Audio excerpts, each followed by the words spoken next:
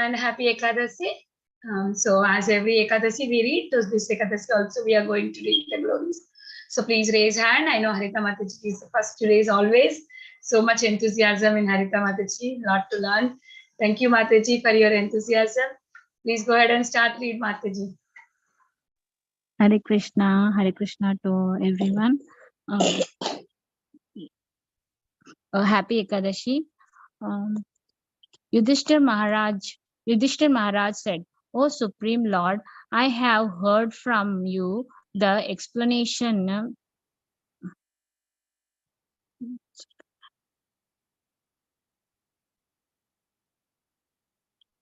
Sorry, Mataji. Hare Krishna.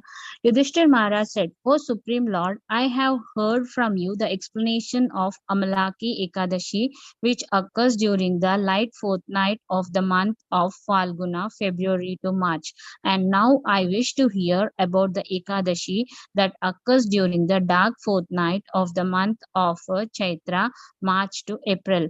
What is its name, O Lord, and what results can one attain by observing it?"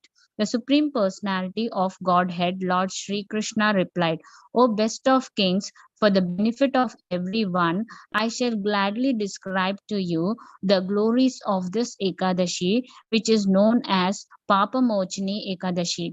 The history of this Ekadashi was once narrated to the Emperor Mandata by Lomasa Rishi. King Mandata addressed the Rishi, "O great sage, for the benefit of all people, please tell me the name of the Ekadashi that occurs during the dark fortnight of the month of Chaitra, and please explain the process for observing it. Also, please describe the benefits one gains by observing this Ekadashi." Hare Krishna. Thank you, Mataji. Next, I think, I don't know, this is Yashmati Mataji, iPhone. Yes, Mataji, Hare Krishna. Go ahead, Mataji, read Mataji. Yeah. Lomsa Rishi replied, "The Ekadashi that occurs during the dark part of the month of Chaitra is named Papamocani Ekadashi. For the faithful devotee, it removes the influences of ghosts and demons. O lion among men, this Ekadashi also awards the 8 perfections of life, fulfills all kinds of desires, purifies one's life of all sinful reactions, and makes a man perfectly virtuous. Now please listen to a historical account concerning this Ekadashi and Chitraratha, the chief of the Gandharvas, heavenly musicians. During the spring season, in the company of heavenly dancing girls, Chitraratha once came upon a beautiful forest bursting forth with a great variety of flowers. There he and the girls joined other Gandharvas and many Kinkaras, along with Lord Indra himself, the king of heaven, who was enjoying a visit there. Everyone felt that there was no better garden than this forest. Many sages were also present, performing their austerities and penance. The demigods particularly enjoyed visiting this celestial garden during the months of Chaitra and Vaishak, April and May. A great sage named Medhavi. Thank you, Mataji. Thank you, Mataji. Next, we have so many people raised hand. Okay. Thank you, Jigna Mataji, please go ahead. 2 paragraphs for each person, Mataji. Hare Krishna, dear devotees. Happy Ekadasi. Using the eyebrows. Okay, I'm sorry, ma. As a great sage named Medhavi resided in that forest, and the very attractive dancing girls would always attempt to seduce him. One famous girl in particular, Manju Ghosha contrived many ways to allure the exalted Muni, but out of great respect for the sage and fear of his power, which he had attained after years and years of asceticism, she would not come very close to him. At a spot 2 miles from the sage, she pitched a tent and began singing very sweetly as she played a tambura. Cupid himself became excited when he saw and heard her perform so nicely and smelled the fragrance of her sandal pressed jewel. He remembered his own unfortunate experience with Lord Shiva and decided to take revenge by seducing Medhavi. Using the eyebrows of Manju Ghosha as a bow, her glances as a bowstring, her eyes as arrows, and her breast as a target, Cupid approached Medhavi in order to attempt him to break his trance and his vows. In other words, Cupid engaged Manju Ghosha as his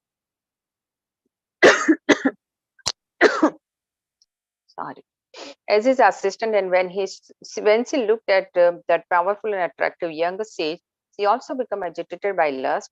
Seeing that he was highly intelligent and learned, wearing a clean white brahmana's thread wrapped across his shoulder, holding a sannyasi staff, and sitting handsomely in the ashram of a Chamana Rishi, Manju Ghosha came before him.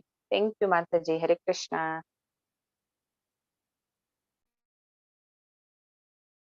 Hare Krishna. Megha Mataji, please go ahead, Mataji. Hare Krishna.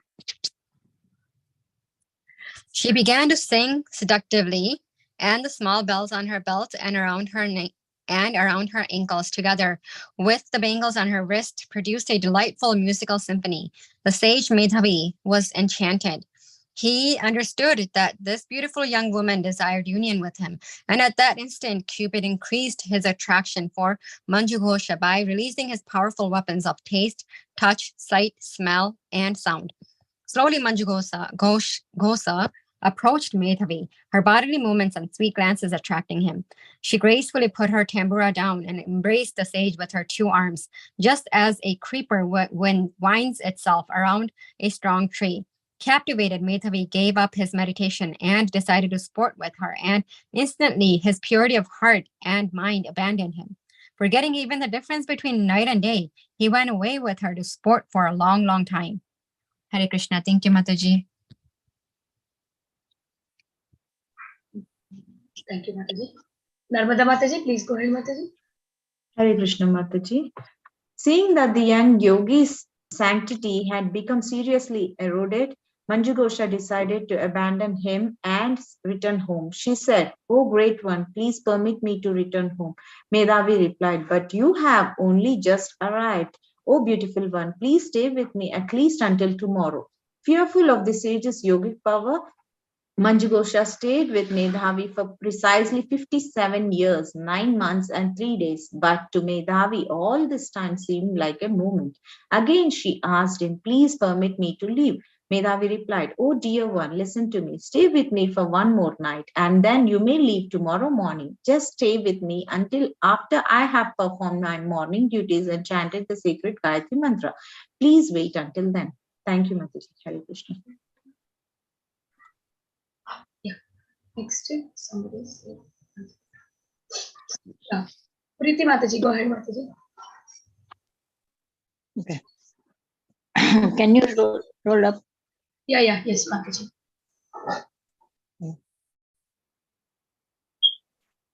Read, Mataji. Manju Ghosha was not yet. Manju Ghosha still okay. Manju Ghosha was still fearful of the sage's great yogic power, but she forced a smile and said, "How long will it take you to finish your morning yawns and rituals?" Where is gone? Okay. "Please be merciful and think of all the time you have already spent with me." The sage reflected on the years he had been with Manju Ghosha and then said with great astonishment, "Why, I have spent more than 57 years with you." His eyes turned red and began to emanate sparks. He now regarded Manju Ghosha as death personified and the destroyer of his spiritual life. You rascal woman, you have turned all the hard-earned results of my austerities to ashes. Trembling with anger, he cursed Manjughosha. O sinful one, O hard-hearted, degraded one, you know only sin. May all terrible fortune be yours. O rascal woman, I curse you to become an evil hobgoblin pisach. Hare Krishna Mataji. Thank you, Mataji. So I will read Mataji next one. Cursed by sage Medhavi, the beautiful Manjughosha humbly beseeched him, O best of Brahmanas, please be merciful to me and revoke your curse. O great one, it is said that association with the pure devotees gives immediate results, but their curses take effect only after 7 days. I have been with you for 57 years. O Master, please be kind to me. Medhavi Muni replied, "O gentle lady, what can I possibly do? You have destroyed all my austerities. But even though you have done these sinful deeds, I shall tell you a way you can be released from my wrath. In the dark fourth night of the month of Chaitra, there is an all auspicious Ekadasi that removes all one's sins. It is named Papamocani. Oh, beautiful one! And whoever fasts on this sacred day become completely freed from having taken birth in any kind of devilish form. Okay, Shivani Mataji, please go ahead, Mataji.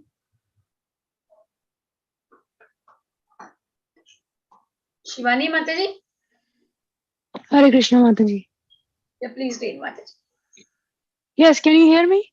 Yeah, read Mataji. Okay. With these words, right? Yes. With these words, the sage left at once for his father's ashram.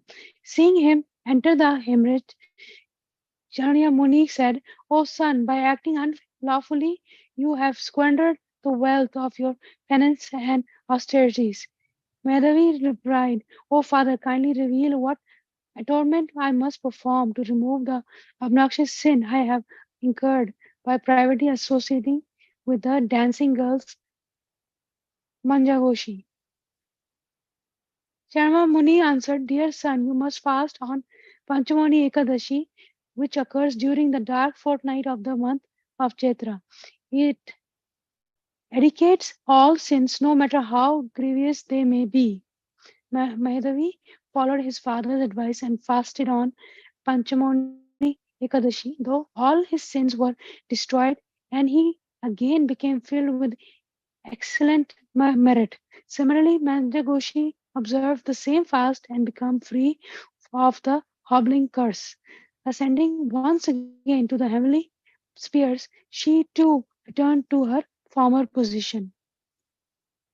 Lomasha Rishi continued, "Though, O king, the great benefit of fasting of Panchamani." Hare Krishna. Mataji, please go ahead, Mataji. Mataji, did you say me? Yes, Mataji, you only Mataji. Yeah. Okay, Hare Krishna. Lomasa Rishi continued, "Thus, O king, the great benefit of fasting on Papamocani Ekadashi is that whoever does so with faith and devotion will have all his sins completely destroyed."